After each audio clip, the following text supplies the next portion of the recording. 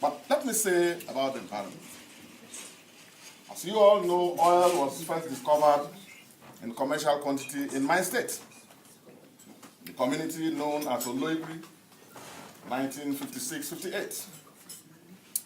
And the last report before me from NOSRA, the National Agency for Oil Response and Detection, the federal body in Nigeria, indicates that in my state alone, you have an average of 1 spill every day. 1 spill every day, and in my state alone. Now, this is not coming from me, this is coming from the national body.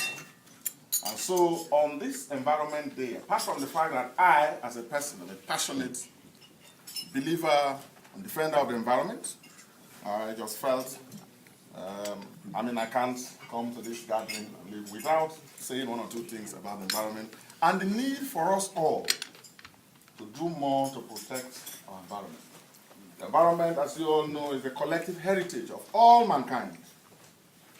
An environment despoiled, an environment degraded, is harm to humanity wherever you may be. Because the environment is the common heritage of humanity. And we have a duty to preserve it and protect it and hand over to succeeding generations the environment that was bequeathed and to us. But that is not the case in my part of the world, where oil majors located in advanced economies and operating in very advanced democracies headquartered there operate some kind of double standards and take advantage of the weaknesses in the legal frameworks and then the enforcement regimes.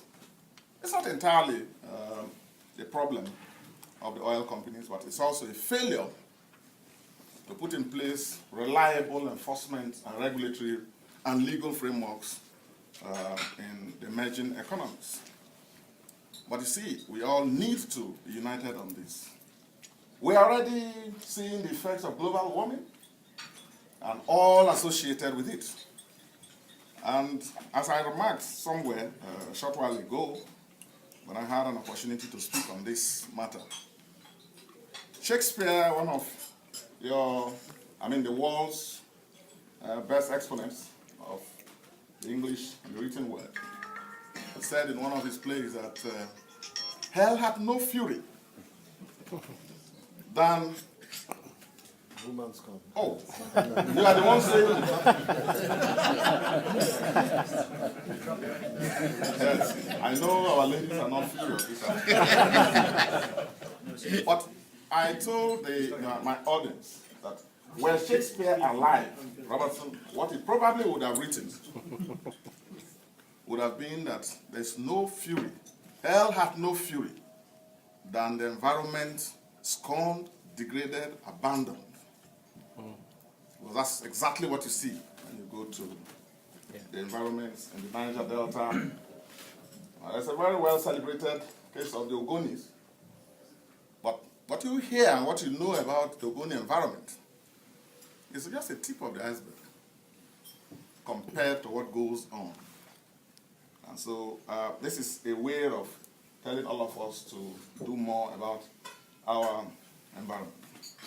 I want to thank Terence for the remarks he made about the need to change the narrative about stories coming from Nigeria, from Africa. And I'm very delighted that you have this kind of very influential body here that talks about opportunities and prospects in Africa.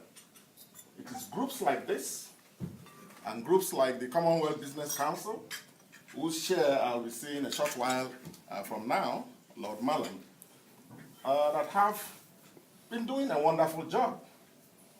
Because as I told the senior official at Whitehall this morning, we in the Commonwealth are not doing enough business within ourselves. And even in Africa, I made that case when last time I was in Johannesburg.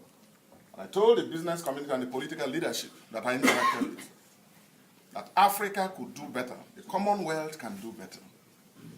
For after all, our leaders and our people in the last centuries confronted common enemies. We dealt with the inhumanity of slavery and ended it. We also dealt with and confronted fascism and saved the world. But that's not the end.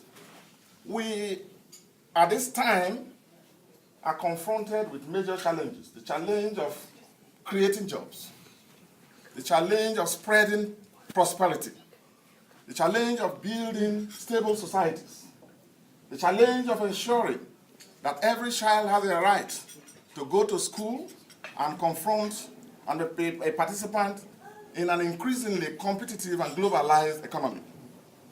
These are not just challenges of Nigeria and Africa and of my state even. These are challenges of our times. And I believe that the Commonwealth and all of us, lovers of Africa and the Commonwealth, need to transcend beyond politics and convert the political interactions and all these platforms that have been established to create prosperity and wealth. For in the end, political or diplomatic cooperation, as desirable as it is,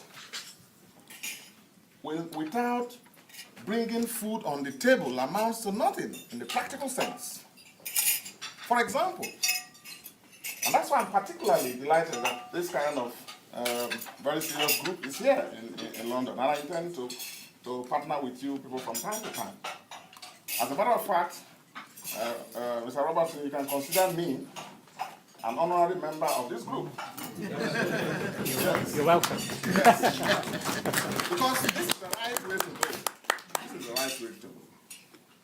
Let us focus more on opportunities and prospects and possibilities to make a change. Let's focus less on the problems. Let's talk more about solutions.